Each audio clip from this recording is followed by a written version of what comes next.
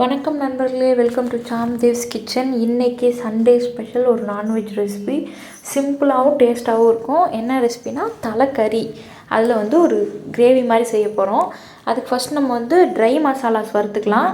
ஒரு 3லேருந்து 4 table spoon வரமல்லி, வரமிளகா, பட்டை, கிராம்பு, சோம்பு, கொஞ்சம் சீரகம், மிளகு, கருவேப்பிலை. இதெல்லாம் ஒரு 5 நிமிஷத்துக்கு நல்லா சிம்மில் வச்சு ட்ரையாக ரோஸ்ட் பண்ணிக்கோங்க. இஞ்சி, பூண்டு தேவையான அளவு எடுத்துகிட்டு அது கூட இந்த மசாலா எல்லாத்தையும் நம்ம சேர்த்து மிக்சியில் அரைச்சிக்கலாம். குக்கரில் எண்ணெய் தேவையான அளவு சேர்த்துட்டு நல்லா 2லேருந்து 3 தடவை தலை நல்லா வாஷ் பண்ணிக்கோங்க. இப்போ எண்ணெய் நல்லா காயட்டும். நம்ம அந்த மசாலாவை நல்லா தண்ணி லைட்டாக கொஞ்சமாக சேர்த்துட்டு நல்லா நைஸாக அரைச்சி எடுத்துக்கலாம். அது நம்ம வீட்டு மசாலானால நம்ம தேங்காயெலாம் எதுவும் போடல, இதுவே நல்லா டேஸ்ட்டாக இருக்கும்.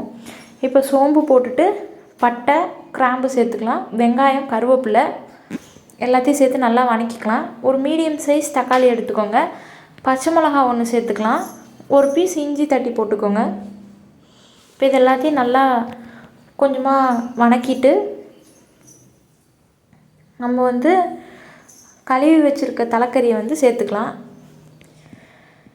சேர்த்துட்டு ஒரு 2 நிமிஷம் கிளறி விட்டுக்கலாம். இந்த மசாலாவில் தேங்காயெலாம் எதுவுமே சேர்த்தாமே நல்லா திக்காக டேஸ்ட்டாக இருக்கும். 1 டைம் செஞ்சு பாருங்கள். ரொம்ப சிம்பிள் இன்க்ரீடியன்ட்ஸ் தான். வீட்டில் இருக்க இன்க்ரீடியன்ட்ஸை வச்சே நம்ம நல்லா ஒரு டேஸ்ட்டான கிரேவியாக செய்யலாம். நல்லா எல்லா தலையும் சேர்த்துட்டு ஒரு 2 நிமிஷம் கிளறிக்கலாம். மஞ்சத்தூள் சேர்த்துக்கோங்க. அப்புறம் இந்த தலைக்கறிக்கு தேவையான அளவு நம்ம உப்பு சேர்த்துக்கலாம். சேர்த்துட்டு எல்லாத்தையும் நல்லா கிளறி வைங்க. இப்போ இந்த தலையில் மூளை இருக்கும், நம்ம அதை என்ன சேர்த்துலாம். அதுக்கு நம்ம கடைசியாக தான் சேர்த்த போகிறோம். இப்போ சேர்த்திட்டா அது ரொம்ப இதாகிரும். இதுக்கு வேக வச்சுட்டு அதுக்கப்புறம் நம்ம மூளையை சேர்த்துக்கலாம். இப்போ நம்ம அரைச்சோம் இல்லைங்களா, அந்த மசாலாவை இதில் நம்ம ஆட் பண்ணிக்கலாம். ஆட் பண்ணிவிட்டு தேவையான அளவு, அதாவது இந்த தலைக்கறி வேகிற அளவுக்கு தண்ணி ஒரு ஒரு ஒரு சொம்பு ஊற்றிக்கலாம். கொஞ்சமாக நல்லெண்ணெய் சேர்த்துட்டு கிளறி வச்சிடலாம். இப்போ குக்கரை மூடிட்டு நம்ம ஒரு 4 விசில் விட்டு எடுத்துக்கலாம். 4 விசில் போதும். அதுக்கு மேலே இருந்தாலும் குழஞ்சிரும். நம்ம விசில் விட்டு எடுத்ததுக்கப்புறம் எப்படி இருக்குன்னு பார்க்கலாம். இப்போ பார்த்திங்கன்னா விசில் வெந்துருச்சு. நல்லாவே தலைக்கறியெல்லாம் வெந்துருச்சு. இப்போ நம்ம பேன் வச்சுட்டு அந்த தண்ணி இருக்குல்ல, அதை ஃபஸ்ட்டு சேர்த்துட்டு அதில் நம்ம மூளையை வேக போட்டுக்கலாம்.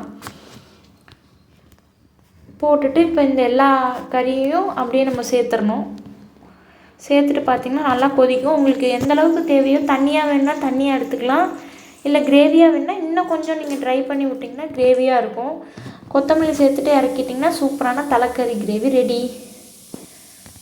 இன்றைக்கி தலைக்கறி கிரேவி தோசையோட எங்களோட லன்ச் முடிஞ்சிச்சு. பாய்.